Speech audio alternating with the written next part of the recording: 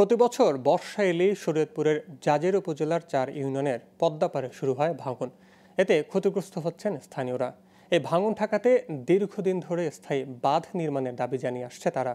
অবশেষে স্থায়ী বেড়িবাঁধ নির্মাণ কাজ শুরু করেছে পানি উন্নয়ন বোর্ড। এ কাজ শেষ হলে পদ্মার তীরে হাজারো মানুষ রক্ষা পাবে ভাঙন থেকে।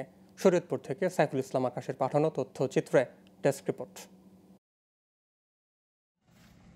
পদ্মা সেতুর 0 পয়েন্ট থেকে শরীয়তপুরের বড়কান্দি ইউনিয়ন প্রতি বছরই বর্ষা ভাঙনের শিকার হয় এই এলাকাটি। এ সময় সরিয়ে নিতে হয় বসত ভিটা, ভেঙে যায় সড়ক, শিক্ষা প্রতিষ্ঠান, তলিয়ে যায় ফসলি জমি।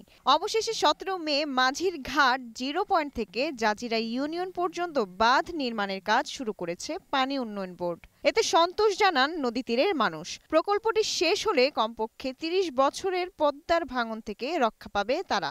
আমাদের চর এলাকার জমি ফসলাদি সব নদীতে ভাঙা নিয়ে গেছে গা, অন্ধেহা দিতেছে, এনে বেড়িবাঁধ দিতেছে। এটা থাকার সম্ভাবনা না, যদি বেড়িবাঁধ থাকে তাহলে ইনশাল্লাহ আমরা থাকতে পারবো। নদীতে সব ভাঙে নিয়ে গেছে, অনেক শেষ ভরসা আছে খালি আমার এই বাড়িটু এডুই আছে চিহ্ন। যদি আপনারা বস্তাটা ঠিক মতন হালান তাহলে আমার বাড়িটা থাকবে। এখন হলো বর্ষার সময়, এখন যদি আমাদের এই কাজটা যত দ্রুত যদি না হয় তাহলে সামনের অবস্থা আরো ভয়াবহ হবে। আমাদের যত দ্রুত এই কাজটা হয় এটাই আমাদের দাবি। এই স্থায়ী বাঁধের আওতায় আছে জাজিরা উপজেলার পূর্ব নাওডোবা, পালেরচর, বড়কান্দি ও জাজিরা ইউনিয়নের বিভিন্ন এলাকা।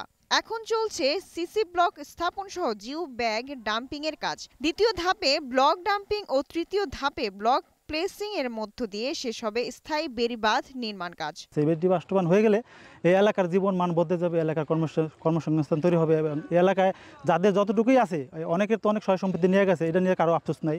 এখন যার যতটুকু আছে অতটুকু নিয়ে আমরা অনেক খুশি। দ্রুত প্রকল্পের কাজ শেষ করতে 1300 শ্রমিক প্রতিদিন 22 থেকে 25,000 পর্যন্ত জিও ব্যাগ ডাম্পিং করছে বলে জানান পানি উন্নয়ন বোর্ডের এই কর্মকর্তা। এখানে মোটামুটি আমাদের 1300 লেবার আছে।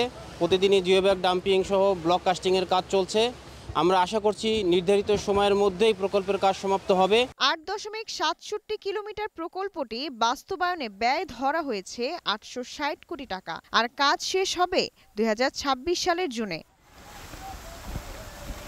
Global television news desk.